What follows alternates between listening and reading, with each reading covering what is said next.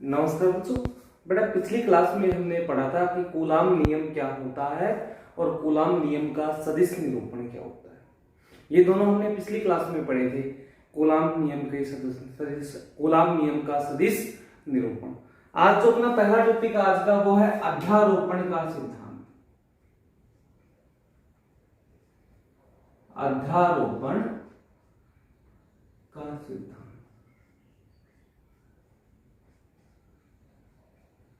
ये है आज का अपना पहला टॉपिक कि अध्यारोपण का सिद्धांत होता क्या है। तो बेटा इस अध्यारोपण के सिद्धांत को देखो हम कैसे समझेंगे। माना अपने पास कोई निकाय है जो तीन अक्षों से मिलकर बना हुआ है। ये तीन अक्ष हो गए, ये कौन सा हो गया x, ये हो गया y और ये हो गया z और ये हो गया मूल बिंदु। तीन अक्ष थे x, y और z और मूल बिंदु कौन सा है अपना O हो गया। यहाँ पर अपने पास मूल बिंदु हो गया। तो एक अपने पास ये निकाय है जो तीन अक्षों से मिलकर बना हुआ है और ये तीन अक्ष अपने पास, इस निकाय के अंदर माना चार आवेश स्थित है। एन भी हो सकते हैं। हम कितने की बात करेंगे, फिलहाल चार आवेशों की बात करेंगे। और देखो चार आवेश जो यहाँ पर स्थित होंगे उनकी बात करते हैं। माना पहला जो आवेश है वो यहाँ पर है, ये है Q1। इसके लिए जो स्थिति सदिश है वो कितना है R1। यहां पर हो गया माना अपना दूसरा आवेश Q2 जिसके लिए स्थिति सदिश कितना हो गया R2।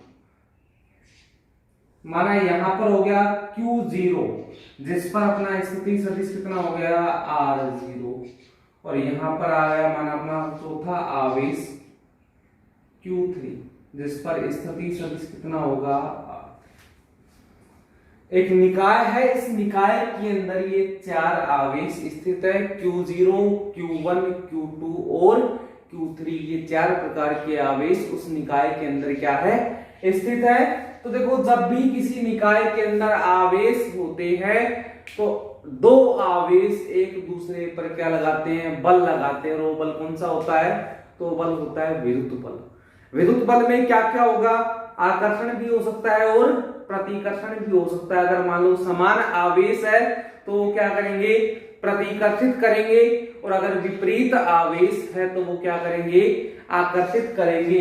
तो यहाँ पर देखो अपने पास चार आवेश है। इन चारों आवेशों की बात करें तो ये आपस में एक दूसरे पर क्या लगाएंगे, बल लगाएंगे। हम इनमें से किसी एक आवेश को लेंगे। माना हमने जो आवेश ले लिया वो ये रहा, ये Q0 आवेश हमने ले लिया।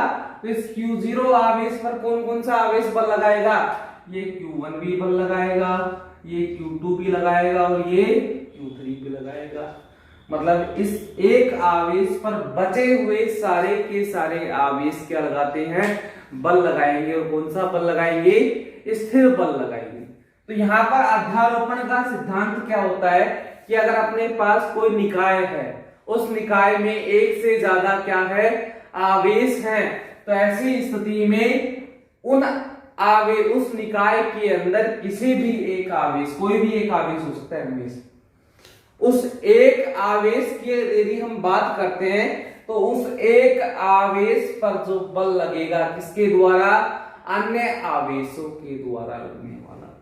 कि किसी निकाय में एक आवेश पर लगने वाला बल, कैसा बल, जो सारे आवेश, अन्य जो आवेश है वो उस पर क्या लगाते हैं, बल लगाते हैं। तो अध्यारोपण का सिद्धांत क्या होगा कि किसी निकाय में यदि अनेक आवेश उपस्थित है तो उन अनेक आवेशों द्वारा किसी एक आवेश पर जो कुल बल लगता है वो जो कूलाम नियम होता है। कौन सा नियम होता है, कूलाम नियम होता है। कूलाम नियम के सदिश योग के बराबर होता है। कैसे योग के बराबर होता है, सदिश योग के बराबर होता है। और ये अपना कौन सा सिद्धांत होता है, अध्यारोपण का सिद्धांत होता है। बेटा एक अध्यारोपण का सिद्धांत हमने 11वीं क्लास में पढ़ा था जब व्यतिकरण आया था, वो अलग था। और ये वाला कैसा है, वो अध्यारोपण का सिद्धांत तरंगों के लिए था। और ये जो अध्यारोपण का सिद्धांत है किसके लिए है, आवेशों के लिए। तो क्या है यहाँ पर अध्यारोपण का सिद्धांत अपने पास कि किसी निकाय में एक से ज्यादा आवेश उपस्थित है जो कि स्थिर बिंदु आवेश है, एक से ज्यादा आवेश जो कि स्थिर बिंदु आवेश है, उन आवेशों में के द्वारा किसी एक आवेश पर जो बल लगता है वो कूलाम नियम का जो सदिश योग होता है इसके कैसा होता है, बराबर होता है। और ये कौन सा सिद्धांत है, तो ये होता है अध्यारोपण का सिद्धांत। ठीक है, अब यहां पर देखो डायग्राम की बात करते हैं। इस डायग्राम में कितने आवेश हैं, 4 आवेश। इन चारों आवेशों में से देखो अपने पास बात किसकी हो रही है, नीचे वाले की, मतलब इस Q0 आवेश की हम क्या कर रहे हैं, बात कर रहे हैं। तो इस Q0 आवेश पर कौन कौन से आवेश बल लगाएंगे, Q1 लगाएगा, Q2 लगाएगा और Q3 लगाएगा। ठीक है, तो 3 बल इस Q0 आवेश पर लगेंगे।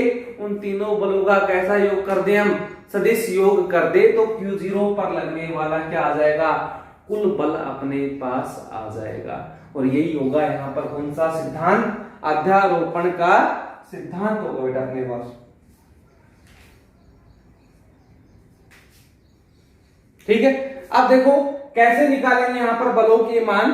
तो यहाँ पर जो बलों का मान निकलेगा वो अपने पास देखो कैसे निकलेगा। पहले किसकी बात करेंगे, अपने पास जो बल है वो कौन सा, हमारा इस Q0 आवेश पर सबसे पहले कौन बल लगाता है, Q1 आवेश बल लगाता है। Q0 पर सबसे पहले कौन बल लगाता है, अपना Q1 आवेश इस पर बल लगाएगा।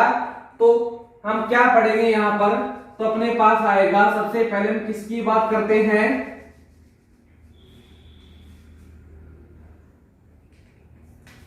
कूलाम नियम से।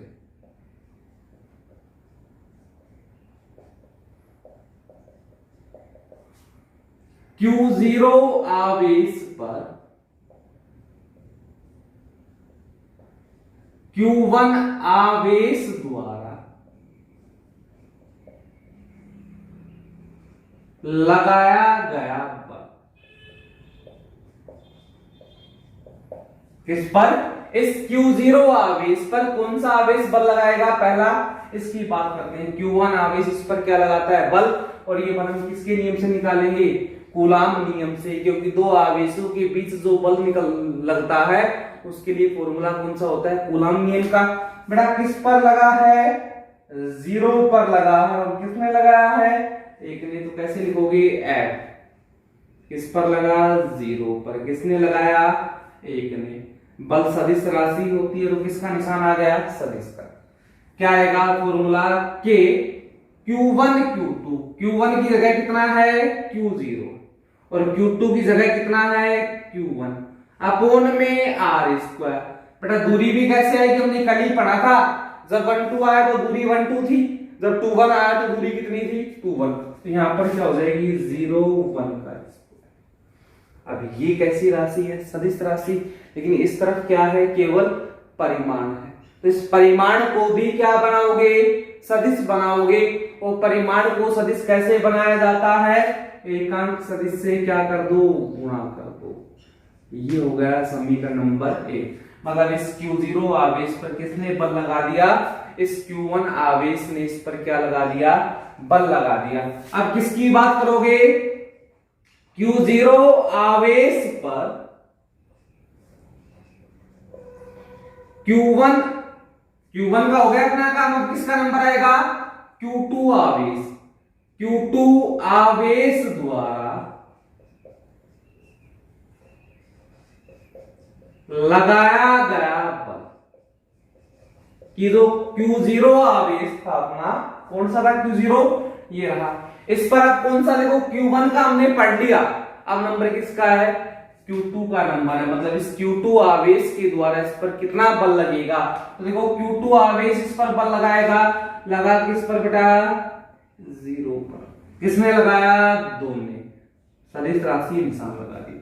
फॉर्मूला वही कि Q1 की जगह पर कितना है, Q0, Q2 की जगह पर कितना है, Q2 अपोन में R²। यहाँ पर 0 1 था तो 0 1 लिखा, यहाँ पर 0 2 है तो क्या लिखोगे, 0।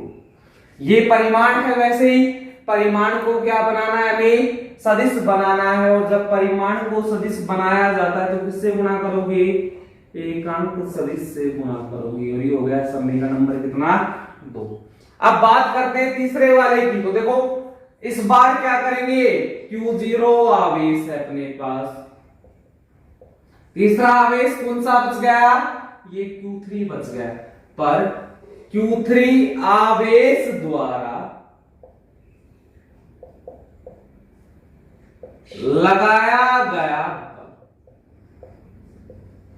और लगाया गया बल अपने पास क्या आएगा, देखो किस पर लगाया बेटा, 0 पर लगाया, किस पर लगाया, 0 पर, और लगाया किसने है, 3, बराबर क्या आएगा अपने पास, देखो 0 पर लगाया और 3 ने लगाया, तो यहां से माना है देखो के Q0 Q3 अपोन में R03 का स्क्वायर, ये कैसा मान है, केवल परिमाण है, और परिमाण को सदिश कैसे बनाया जाता है, किससे गुणा कर दो, एकांक सदिश से गुणा कर दो, के कैसा था, अदिश राशि थी, ठीक है। इसके अलावा आवेश कैसी राशि होती है, अदिश राशि, तो इनका तो एकांक सदिश आएगा नहीं, क्योंकि अदिश राशि की कोई भी दिशा नहीं होती है, तो केवल किसका एकांक सदिश आएगा, इस दूरी का एकांक सदिश आएगा।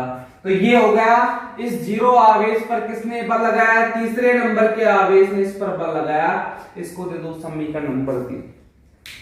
हमने बेटा एक आवेश पर 3 आवेशों के द्वारा लगने वाले बल का क्या निकाल लिया, मान निकाल लिया, जो कि अपने पास कहां पर है, तो पहला तो अपने पास ये रहा, जब 0 पर किसने लगाया, 1 ने, दूसरा ये रहा जब 0 पर किसने लगाया, 2 ने, और तीसरा ये रहा जब 0 पर किसने लगाया, 3 ने लगाया, मतलब ये आवेश पर लगने वाला बल निकाल लिया, जब 0 पर 1 ने लगाया, जब 0 पर 2 ने लगाया, और 0 पर क्या लगाया, 3 ने लगाया। यहाँ पर अपने पास कुल आवेश कितने थे, 4 आवेश थे अपने पास, तो इन चारों आवेशों में से 3 आवेश किसी एक आवेश पर हमेशा क्या लगाएंगे, बल लगाएंगे, वही बल हमने यहाँ पर ज्ञात किया है। और यहाँ से अध्यारोपण का सिद्धांत क्या था कि किसी एक आवेश पर जो सारे के सारे दूसरे आवेश है, जो अन्य आवेश हैं, उनके द्वारा जो बल लगता है वो किसके बराबर होता है, कूलाम नियम के सदिश योग के बराबर होता है। इसका मतलब क्या करोगे, यहां पर आता है Q0 आवेश पर लगने वाला कुल बल, Q0 आवेश पर जो कुल बल लगेगा वो हम यहां पर ज्ञात करते हैं, और कुल बल किससे निकलेगा, अध्यारोपण के सिद्धांत से, कि एक आवेश पर अन्य आवेशों द्वारा जो बल लगाया जाता है वो कूलाम नियम के सदिश योग के बराबर होता है। कितने बल लगे, एक ये लगा, एक ये लगा, और तीसरा ये रहा, मतलब F01, यानी कि F बराबर कुल बल हम किससे लिखते हैं, F से, तो F बराबर F01 प्लस में F02 और प्लस में F03, ये लग गया कुल बल किस पर, Q0 आवेश पर। ठीक है बेटा, हमें तीनों का मान रखना है। F01 का मान कहां से रखोगे, समीकरण नंबर 1 से, F02 का मान कहां से रखोगे, समीकरण नंबर 2 से, और F03 का मान कहां से रखोगे, समीकरण नंबर 3 से। ये तीनों मान जब हम इसमें रखेंगे, माना इसको दे दो आप समीकरण नंबर 4, तो अपने पास मान क्या आएगा, देखो हमें कहां कहां से मान रखना है, तो हमें मान रखना है समीकरण 1, 2 और 3 से, कहां पर रखोगे, समीकरण नंबर 4 में मान रखोगे। तो देखो अपने पास जब मान रखा तो क्या है बेटा, हमने रखा समीकरण 1, 2, 3 व 4 से ना, 4 में तो मान ही रखना है, से 4 में मान रखने, किससे मान रखना है हमें, 1, 2, 3 से, कहां पर रखना है बेटा, 4 में मान रखना है। तो देखो कैसे आएगा, F बराबर F01 था पहला, उसका मान क्या है, K Q0 Q1 अपोन में R01 का स्क्वायर, R01 की है।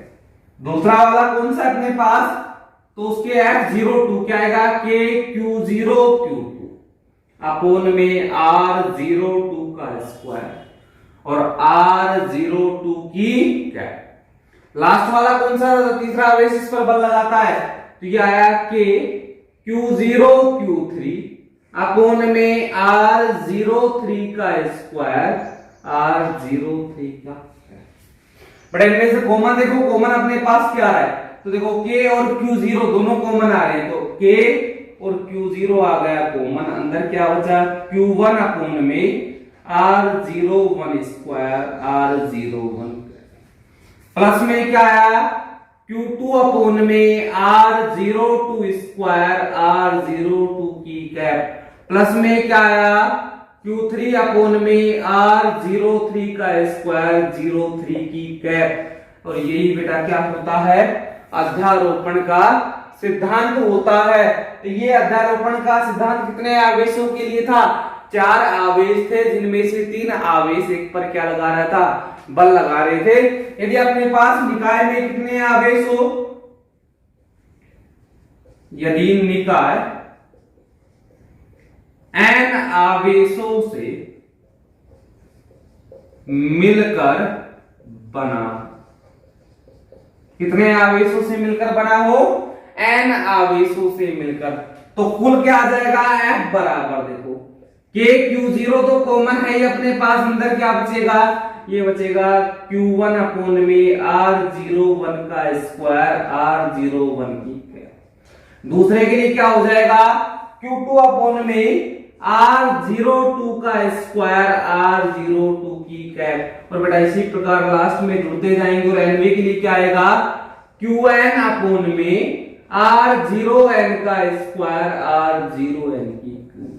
ये फॉर्मूला कब काम में आएगा, जब अपने पास कितने आवेश हो, n आवेश हो, तो ये वाला फॉर्मूला लगता है अध्यारोपण के लिए। जब 3 आवेश हो तो ये वाला लगेगा, अगर 2 आवेश हो तो यहां तक का लग जाएगा। ये होता है अपना अध्यारोपण का सिद्धांत। बेटा अगला जो अपना टॉपिक है वो है आवेशों का क्वांटीकरण। ये हम पढ़ेंगे अपनी नेक्स्ट क्लास में। ठीक है बेटा, थैंक यू।